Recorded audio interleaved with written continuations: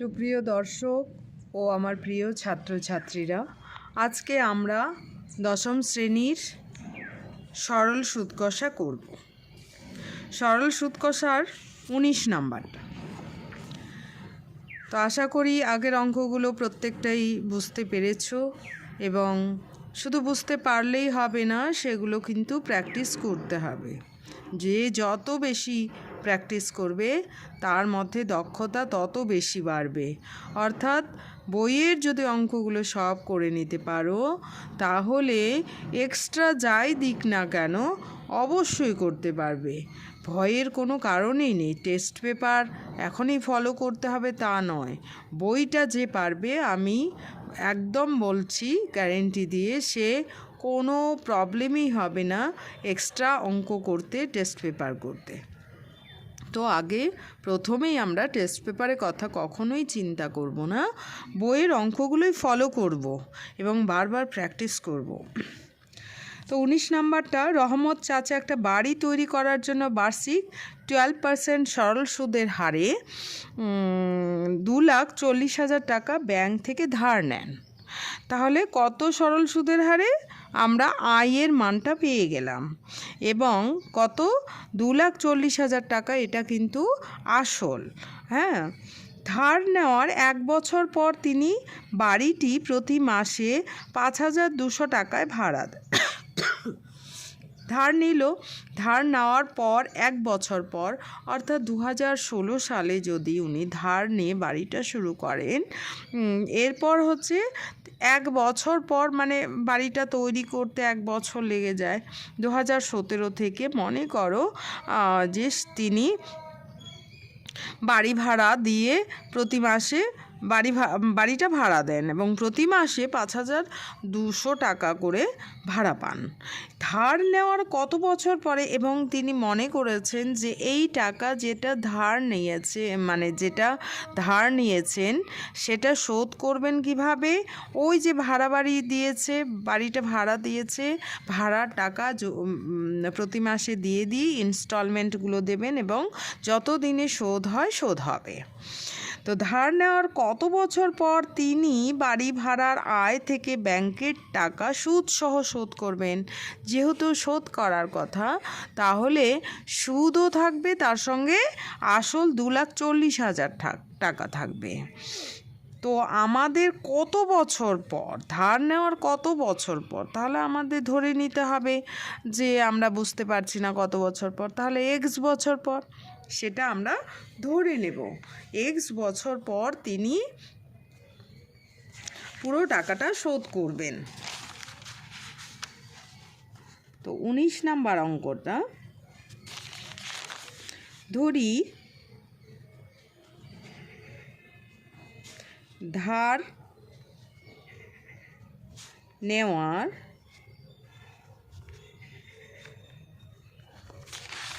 X বছর পর ঋণ কত? 2,40,000, 2,40,000, আরেকটা শূন্য হবে, টাকার ধরি ধার নেওয়ার এক্স বছর পর ঋণ 2,40,000 টাকা সুদসহ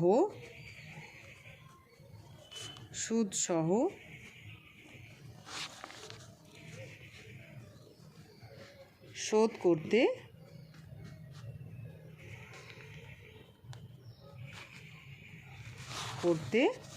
পারবেন।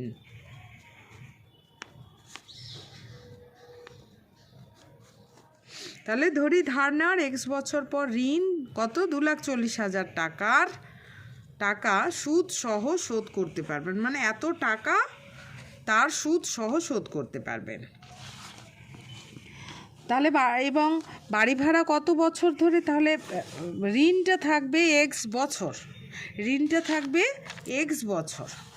কিন্তু ঋণটা থাকবে এক্স বছর, তাহলে বাড়ি ভাড়া দিয়েছেন 1 বছর পর, বাড়ি ভাড়া দিয়েছেন, বাড়ি ভাড়া লিখতে পারি বাড়ি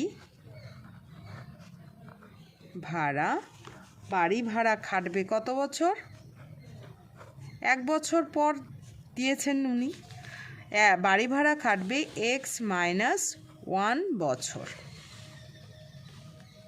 তো এটাকে আমি মাসে পরিণত করি, x-1 × 12 মাস। বাড়ি ভাড়া খাটবে এত মাস। এখানে আরেকটা জিনিস বের করে নিতে পারি, তাহলে বাড়ি ভাড়া বাবদ 1 মাসে ভাড়া পান কত টাকা? 5200 টাকা। তাহলে x-1 × 12 মাসে ভাড়া পান বেশি পাবে, গুণ হয়ে যাবে ইন্টু x-1 ×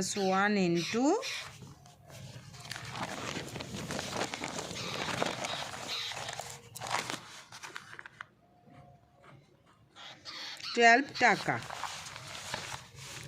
তো এটা আমি আর কিছু করব না, তো 5200 × x-1 × এই 12, এই টাকাটা ভাড়া পান। এই ভাড়ার টাকা দিয়েই তিনি কিন্তু সুদে আসলে শোধ করবেন। এইবার আমাকে কি বের করতে হবে?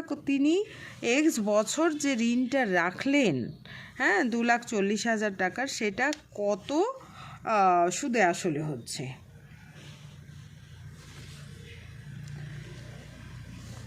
তো ব্যাংকের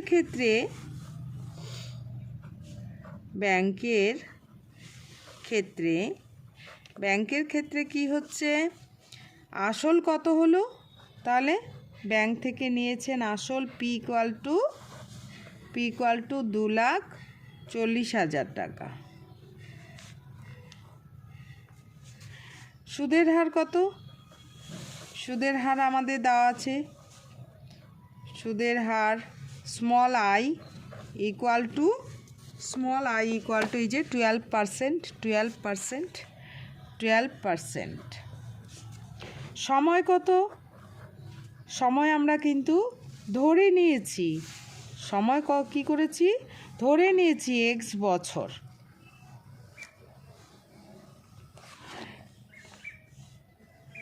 তাহলে আমাদের কি বের করতে হবে? মোট সুদ আমাদের বের করতে হবে। মোট সুদ ক্যাপিটাল I প্রশ্নবোধক চিহ্ন। তাহলে আমরা জানি, একদম সহজ কিন্তু একটু আলাদা রকম করে আমরা জানি I = PTI/100। তাহলে P হচ্ছে কত? 2,40,000 টাকা ইন্টু T কত? T হচ্ছে x বছর ইন্টু I হচ্ছে 12/100 টাকা। এই 0 কেটে দিলাম, তাহলে থাকলো, আমি গুণ করবই না, 2,400 ইন্টু x × 12 টাকা। এভাবেই থাকুক, কারণ পরে আমার শর্তানুযায়ী একটা বিষয় আসবে, কারণ যে টাকাটা সুদাসল হবে সেই টাকাটা আমি কোথা থেকে পাবো? ওই ভাড়া বাড়ি থেকে। ভাড়া বাড়ির কত টাকা? ওই যে ভাড়া বাড়ির 5,200 × x-1 × 12। সেই জন্য আমি আর কাটাকাটি করলাম, গুণ করলাম না। তাহলে মোট সুদ আসল কত হলো? অর্থাৎ ব্যাংকে সুদ আসল, সুদ যোগ আসল বা আসল যোগ সুদ একই ব্যাপার। আসল হচ্ছে 40,000 টাকা। কক, দশক, শতক, হাজার, অযুত, লক্ষ। প্লাস প্লাস হচ্ছে এই যেটা আমি ইন্টারেস্ট বের করেছি, ইন্টু এক্স ইন্টু 12 টাকা। এটাকে আমি এখান থেকে 12 কমন নিয়ে নিতে পারি, তার সঙ্গে 00টাও কমন নিতে পারি। 12 ইন্টু মানে 1200, এই যে 0, এই 0 আর এই 12, এখানে 24, তাহলে এখানে 2টা 0, 12 দুগুণ 24, 200 হবে। প্লাস এদিকে কত হচ্ছে, 12টা চলে গেছে না, 12 কেন কমন নেব, 2 4 0 0, 2 4 0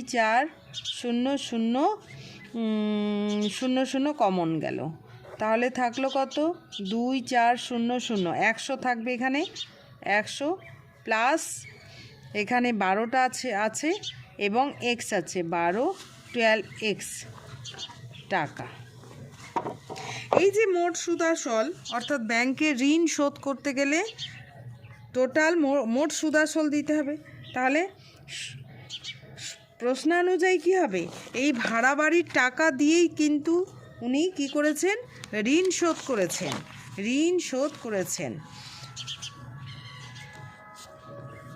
রহমত চাচা লিখতে পারি, নাও লিখতে পারি, তবে লিখলে ভালোই হয়। রহমত চাচা ভাড়া বাড়ির টাকা দিয়ে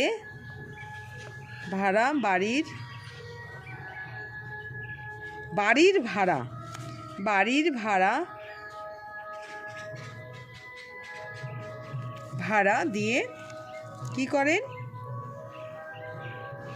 দিয়ে ঋণ শোধ করেন।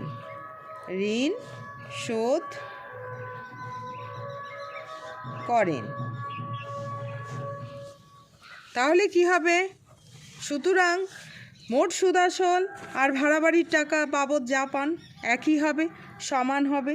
তাহলে আমরা প্রশ্নানুযায়ী আমরা কি লিখতে পারি, লিখতে পারি 2 4 মোট সুদ আসল ইকুয়াল টু বাড়ি ভাড়ার টাকা,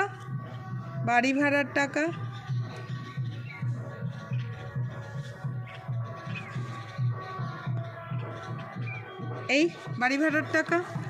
তাহলে এখানে কিন্তু আমি কাটাকাটি করতে পারি, এই 2 0 কেটে গেল, 12 দুগুণ 24, 2 এবার 2 52 কত হবে, 2 দুগুণ 4, 2 6 12, অর্থাৎ 26। তাহলে 100 যোগ, এই কাটাকাটি করতে সুবিধা হলো, যদি গুণ করে নিতাম আবার কমন নিতে হতো, সেই কমন নেওয়াটার শর্তানুযায়ী যখনই থাকবে তখন এই সুবিধাটা থাকে, -26। এবার এক্সগুলোকে একদিকে নিয়ে আসবো, তাহলে 12x -26x ইকুয়াল টু -26 -100, और এটা কত হবে, 26 থেকে 12 বাদ গেলে 14, 14x ইকুয়াল টু, এটা হচ্ছে -126, কারণ দুটাই হচ্ছে মাইনাস, মাইনাসে প্লাস হয়ে যাবে।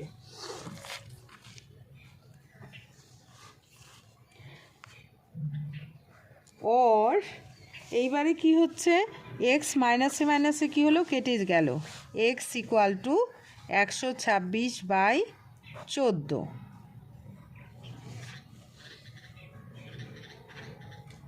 এবারে 2 দিয়ে 2 সাথে 14, 2 6 12, 2 3 6, এবার 7 9 63, 9, অর্থাৎ এক্স ইকুয়াল টু 9। তাহলে আমি এক্স কি ধরেছি, আমরা এক্স ধরেছিলাম যে ধার নেওয়ার এক্স বছর পর ঋণ তিনি শোধ করেন, তাহলে আমরা কিন্তু পেয়ে গেলাম 9 বছর পর। তাহলে ধার নেওয়ার কত বছর পর তিনি বাড়ি ভাড়ার, এবার উত্তর লিখব, এত বছর। তাহলে উত্তরে কি হবে? উত্তর একেবারে দেখে দেখে লিখব যে ধার নেওয়ার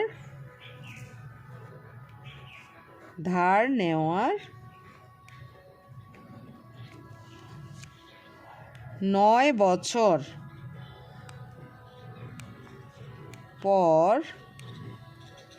পরে তিনি, অর্থাৎ বাড়ি ভাড়ার টাকা পেয়েছেন 8 বছর পরে তিনি বাড়ি ভাড়ার আয়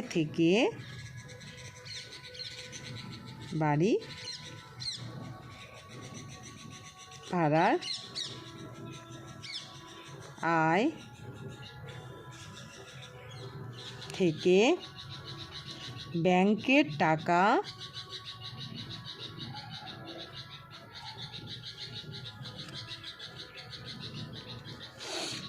সুদসহ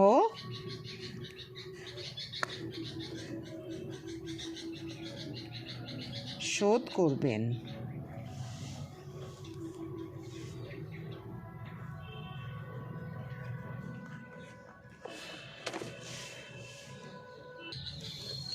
তো তারপরে অঙ্কটা হচ্ছে 20 নাম্বার। রথীনবাবু তার 2 মেয়ের প্রত্যেকের জন্য ব্যাংকে এমনভাবে টাকা জমা রাখেন যাতে প্রত্যেক মেয়ের বয়স যখন 18 বছর হবে তখন প্রত্যেক মেয়ে 1,20,000 একক, দশক, শতক, হাজার, অযুত, লক্ষ 1,20,000 টাকা করে পাবেন। তো আমরা 18 বছর বিষয়টা কেন ভাবছি? কারণ হায়ার স্টাডি কিন্তু 18-র পরেই শুরু হয়। হ্যাঁ, হায়ার সেকেন্ডারি পাসটা আমরা 18-তে কমপ্লিট করি। তো হায়ার সেকেন্ডারি পর কেউ ডাক্তারি পড়তে যায়, কেউ বা অন্য কিছু লাইনে পড়াশোনা করার ইচ্ছে আছে, নার্সিং করছে ইত্যাদি। সেই জন্য সমস্ত গার্জিয়ানেরই চিন্তা যে একটু টাকা 18 বছর বয়সে অর্থাৎ হায়ার সেকেন্ডারির সময়ে যেন কিছু টাকা আমার হাতে থাকে। তো রথীনবাবু তাই করেছেন। 2 মেয়ের বয়স তো সমান নয়, আলাদা আলাদা। সেই অনুযায়ী তিনি এমন করে রেখেছেন টাকাটা যে 18 বছর বয়স যখন হবে, অর্থাৎ বড় মেয়ে যখন হায়ার সেকেন্ডারিতে যাবে তখনও তিনি 1,20,000 টাকা যেন পান। আবার ছোট মেয়ে যখন হায়ার সেকেন্ডারিতে যাবে তখনও 1 লাখ, সেই ছোট মেয়ের পড়াশোনার জন্য 1,20,000 পান। তো দুটা মেয়ের বয়স কিন্তু আলাদা আলাদা। ব্যাংকের বার্ষিক সরল সুদের হার 10%-10%-এর বেশি দেবে না। মেয়েদের বর্তমান বয়স যথাক্রমে 13 বছর এবং 8 বছর, মানে বড়টার 13 বছর, ছোটটার 8 বছর। তাহলে তিনি প্রত্যেক মেয়ের জন্য ব্যাংকে কত টাকা জমা রেখেছিলেন? তো যাই হোক, অন্য কিছু নেই, একদম সহজ অঙ্কটা। কিন্তু যে 13 বছর বয়স, বড় মেয়ের বয়স 13 বছর বর্তমানে, তাহলে তার ক বছর পরে 1,20,000 টাকা পাবে? যখন 18 বছর হবে, অর্থাৎ 13, 14, 15, 16, 17, 18, অর্থাৎ 5 বছর পরেই যেন হিসাব করে ক্যালকুলেশন করে ব্যাংক থেকে 1,20,000 টাকা পান। এই হিসাবে তিনি ব্যাংকে টাকা জমা রাখেন। তো চিন্তা করলে অনেক, কিন্তু চিন্তার তো কিছুই নেই। এখানে আমরা মোট সুদাসল, কিন্তু 1,20,000 টাকাটা কি মোট সুদাসল, আমার আসলটা দেওয়া নেই। একদম সহজ অঙ্কটা, কিন্তু মনে হচ্ছে যে কিভাবে করব। 2 বোন থাকাতে একটু চিন্তা হয়ে যাচ্ছে, কিন্তু চিন্তার কোনো কিছুই নেই। তাহলে 20 নাম্বার অঙ্কটা আমরা দেখতে পাচ্ছি যে বড় মেয়ের ক্ষেত্রে কথাটা লিখি।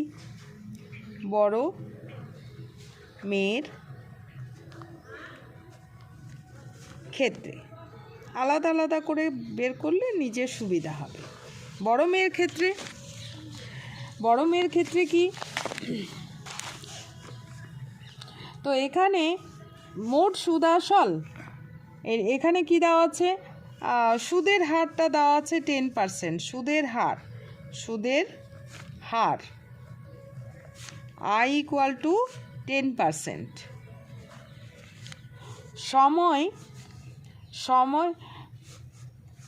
সময় কত? সময় T = কত বছর খাটবে? মেয়ের বর্তমান বয়স 13 বছর, তাহলে 18তে যখন হবে অর্থাৎ 18 বিয়োগ 13 বছর, অর্থাৎ ব্যাংকে ঋণটা খাটবে হচ্ছে যে টাকাটা উনি জমা করবেন সেটা খাটবে 5 বছর। 5 বছরের জন্য তিনি কত টাকা জমা রেখেছিলেন 1,20,000 টাকা পাওয়ার জন্য। তাহলে মোট সুদ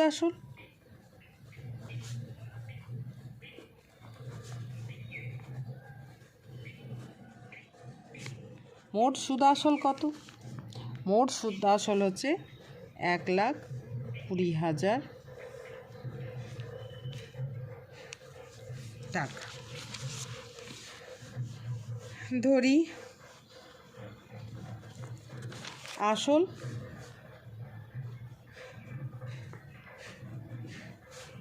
P = X টাকা। তাহলে মোট সুদ, এখানে মোট সুদ বের করব। মোট সুদ I প্রশ্নবোধক চিহ্ন। তাহলে সুদের হার জানি, সময় জানি, আসল ধরেছি, এবার মোট সুদ। হ্যাঁ, মোট সুদ বের করব। আমরা জানি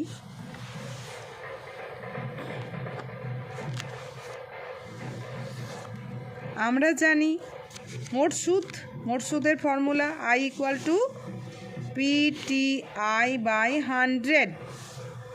তাহলে P কত?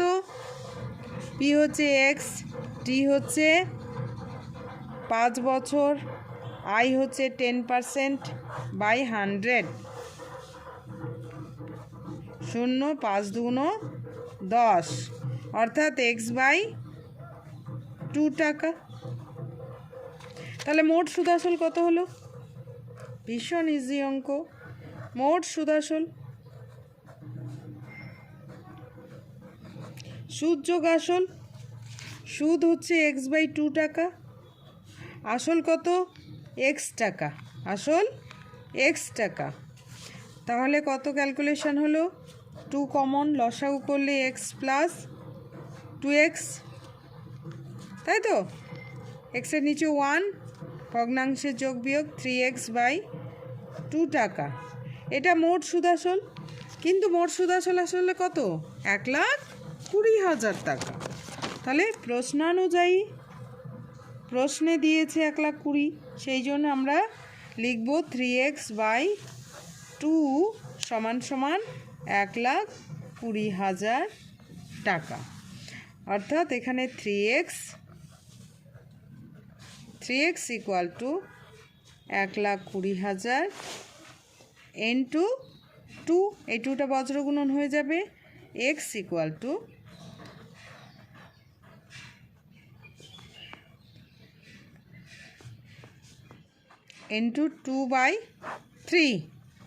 তাহলে 3 4 12,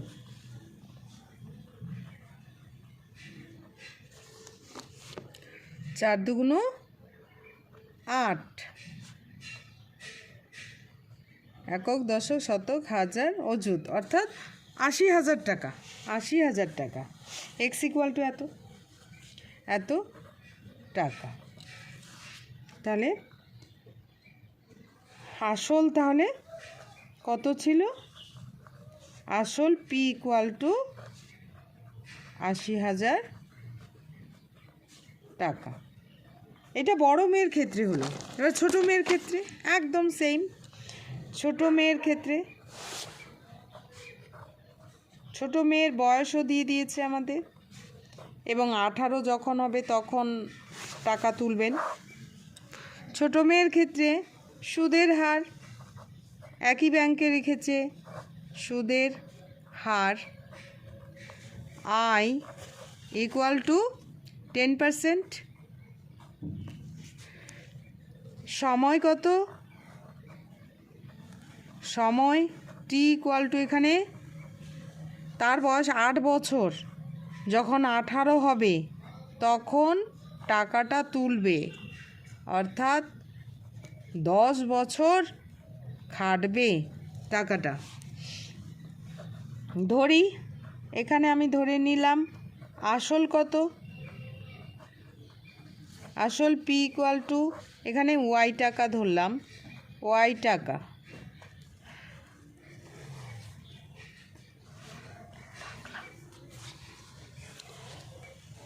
তাহলে কি নেই? মোট সুদ। আমাদের কি বের করতে হবে? মোট সুদ। মোট সুদ হচ্ছে ক্যাপিটাল আই, একই নাম দিলেও অসুবিধে নেই। I, capital I equal two প্রশ্নবোধক চিহ্ন আমাদের বের করতে হবে। মোট সুদ কত পাচ্ছে এক্স টাকার জন্য, ওয়াই টাকার জন্য। তাহলে আমরা জানি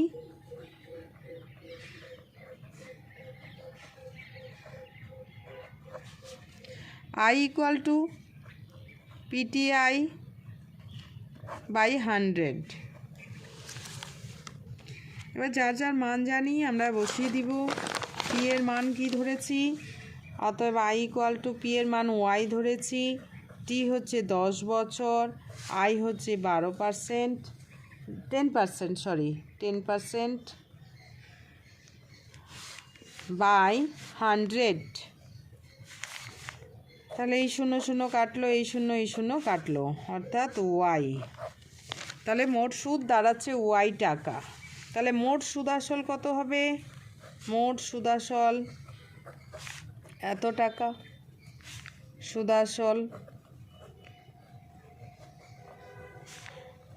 আসল হচ্ছে সুদ যোগ আসল। সুদ হচ্ছে ওয়াই আর আসল কত? ওয়াই টাকা। তাই তো? আসল কত ধরা হয়েছিল?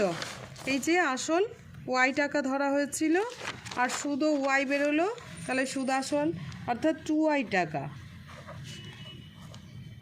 কিন্তু কত পাবে আসলে 18 বছর বয়সে এই ছোট মেয়ের জন্য? কিন্তু মোট 1,20,000 টাকা পাবে। প্রশ্নানুসারে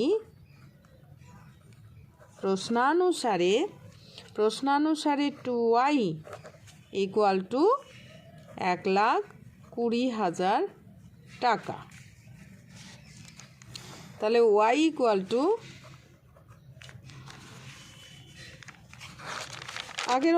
আগে যেমন এটা মোট সুদ আসলে এটা লিখে দিয়েছিলাম, এটা লেখাই যায়, এখানে আমরা লিখে রাখতেই পারি, কিন্তু না লিখলেও হবে, কারণ আমরা ওইটা বইয়ের মধ্যেই আছে মোট সুদ আসল।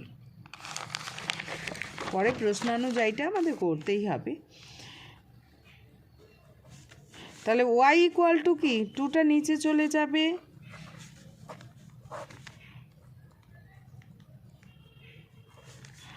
অর্থাৎ 60,000 টাকা। এত টাকা কেন? কারণ ছোট মেয়ের ক্ষেত্রে টাইমটা বেশি পাচ্ছে, সেই জন্য কম টাকা রাখলেই হবে। আর বড় মেয়ের ক্ষেত্রে 5 বছর, ছোট মেয়ের ক্ষেত্রে 10 বছর, সেই জন্য টাইমটা যেহেতু কম, সেই জন্য কম টাকা রাখলেই হবে।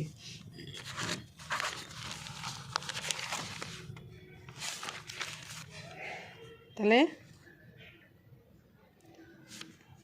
এবারে উত্তর আমরা লিখব। উত্তর কি লিখব? এই যে তিনি বলতে রথিন বাবু নামটা লিখতেই পারি, রথিন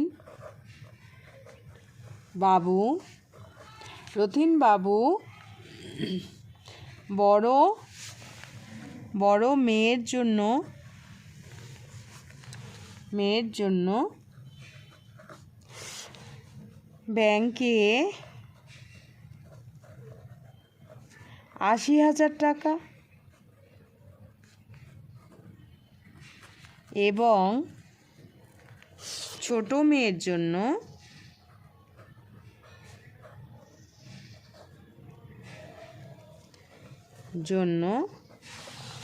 60,000 টাকা জমা রেখেছিলেন।